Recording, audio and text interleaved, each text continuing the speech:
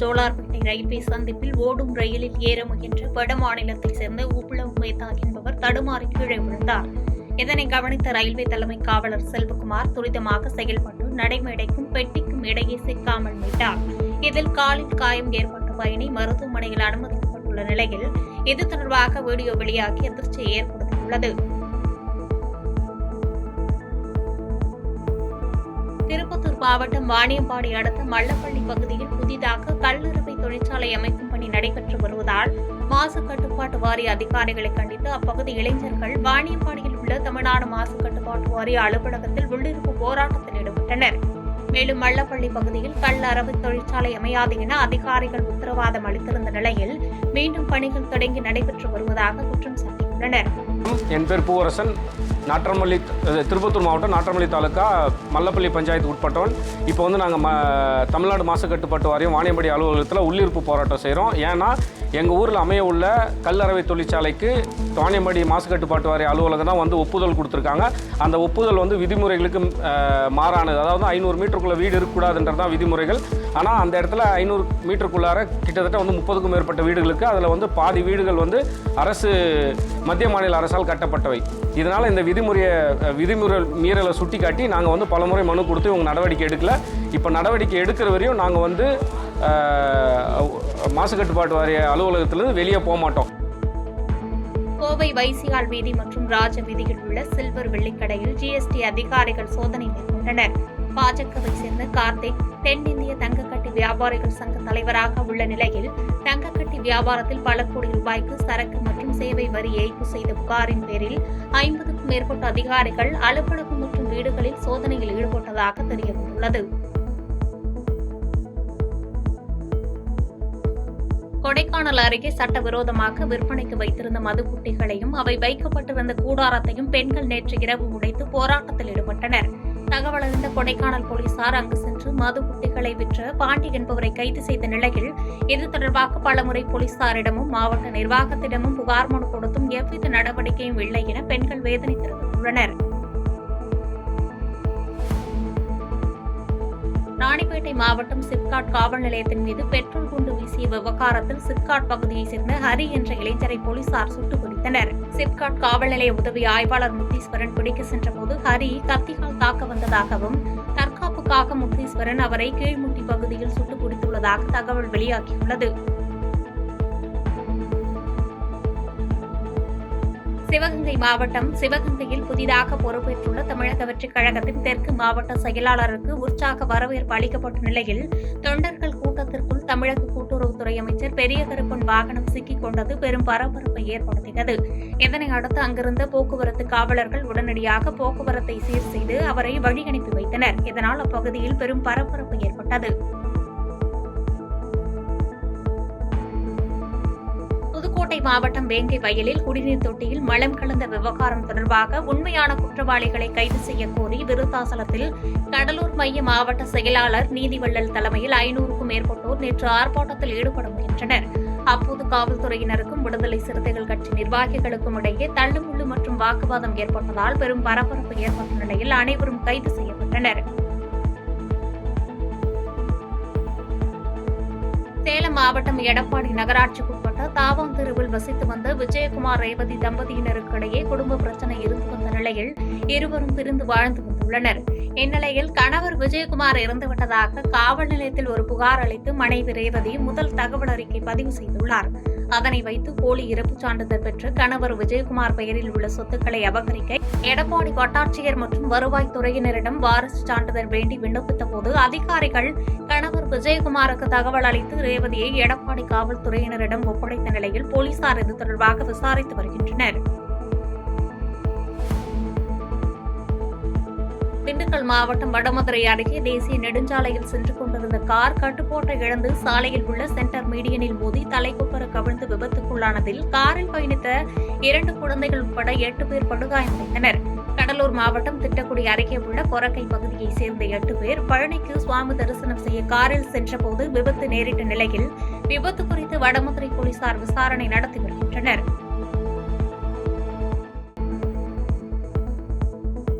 திருவள்ளூர் மாவட்டத்தின் புதிய மாவட்ட ஆட்சியராக பொறுப்பேற்பதற்கு முன்பு பிரதாப் என்று திருத்தணி முருகன் கோயிலில் சுவாமி தரிசனம் செய்தார். திருத்தணி சுப்பிரமணிய சுவாமி திருக்கோயில் மலைக்கோயிலில் சுவாமி தரிசனம் செய்த நிலையில் திருக்கோயில் சார்பில் மலர் மாலை பிரசாதங்கள் புதிய மாவட்ட ஆட்சியருக்கு வழங்கப்பட்டது.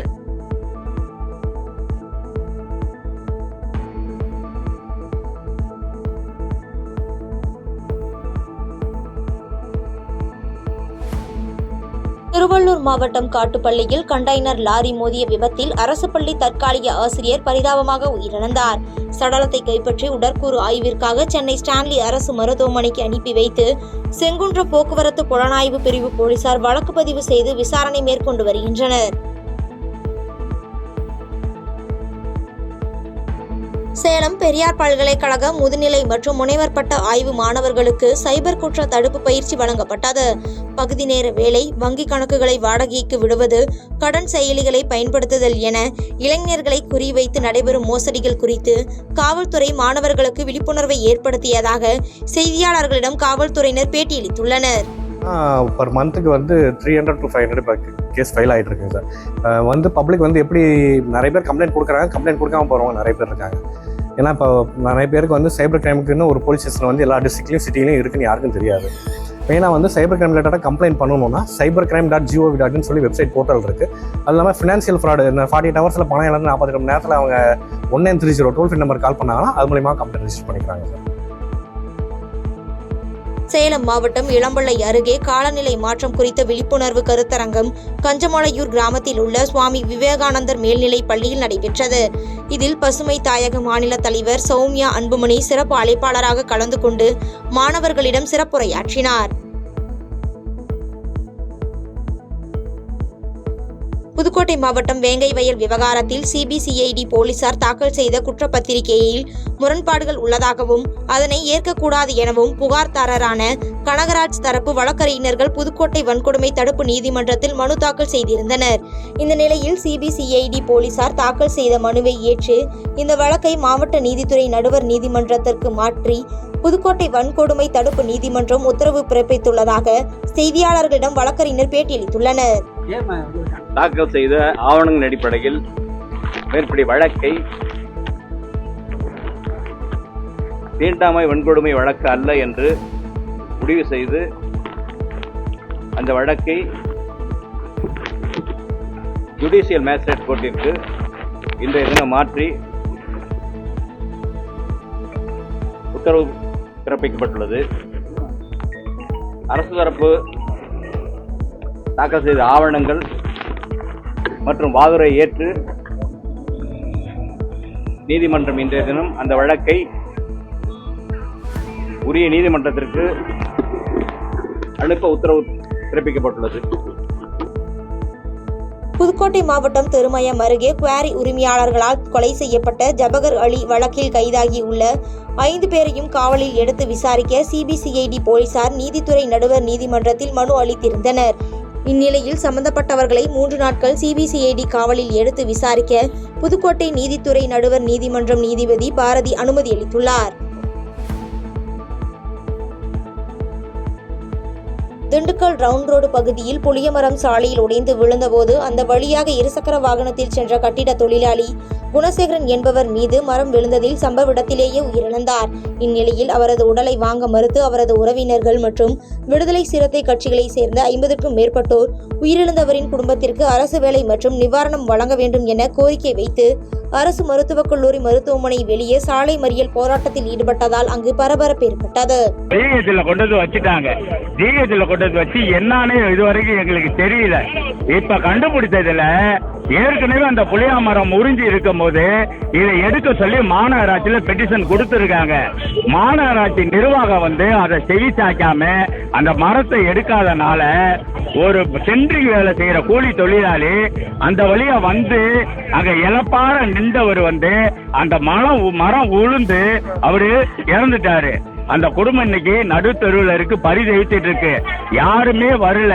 இன்னைக்கு எங்கள்கிட்ட சொன்னதுக்கு அப்புறம் நாங்க இதை என்னன்னு அரசுக்கு ஒரு கோரிக்கையா வைக்கிறோம். அவங்களுக்கு அரசு வேலையை அந்த குடும்பத்துக்கு நிவாரணம் மாநகராட்சி நிர்வாகம் கமிஷனர் தான் தரணும்னு விசிகா சார்பாக நாங்க மறியல் பண்ணிக்கிட்டு இருக்கோம்.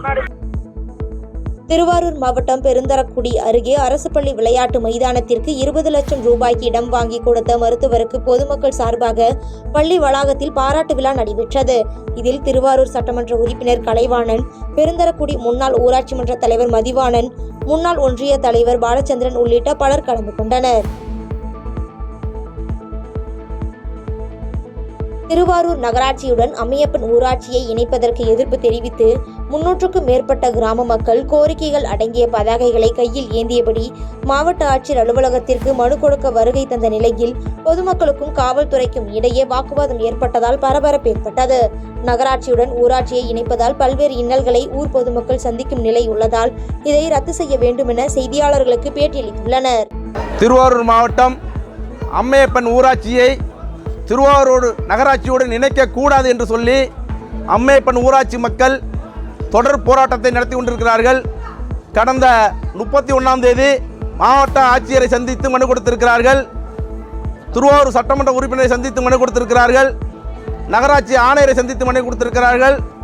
அதன் பிறகு 7ஆம் தேதி அம்மையப்பன் ஊராட்சி மன்ற அலுவலக வாயிலிலே ஆயிரக்கணக்கான மக்களை திரட்டி கண்டன எதிர்ப்பு ஆர்ப்பாட்டம் நடத்தியிருக்கின்றோம்.